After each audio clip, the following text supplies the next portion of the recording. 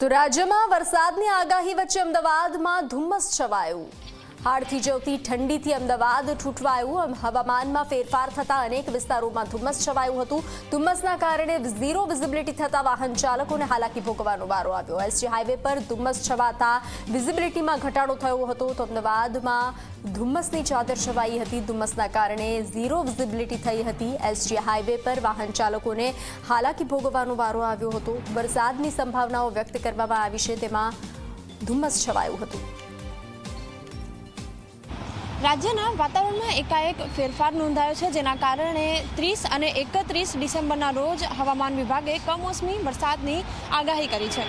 એની અસર પણ રાજ્યમાં વર્તાઈ રહી છે। અમદાવાદ શહેરના દ્રશ્યો અત્યારે આપ જોઈ રહ્યા છો, જ્યાં ધુમ્મસમય વાતાવરણ સાથે ઠંડીનો અનુભવ થઈ રહ્યો છે।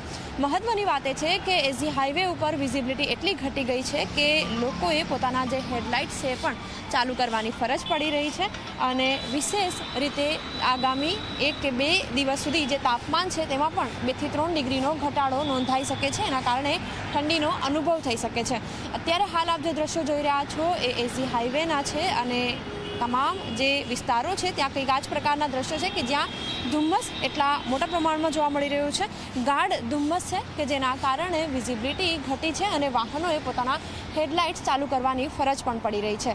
મહત્વની વાત એ છે કે જે રીતે હવામાનમાં ફેરફાર નોંધાયો છે એના કારણે આગામી 2 થી 3 દિવસ પણ ઠંડીનો અનુભવ વધુ થઈ શકે છે।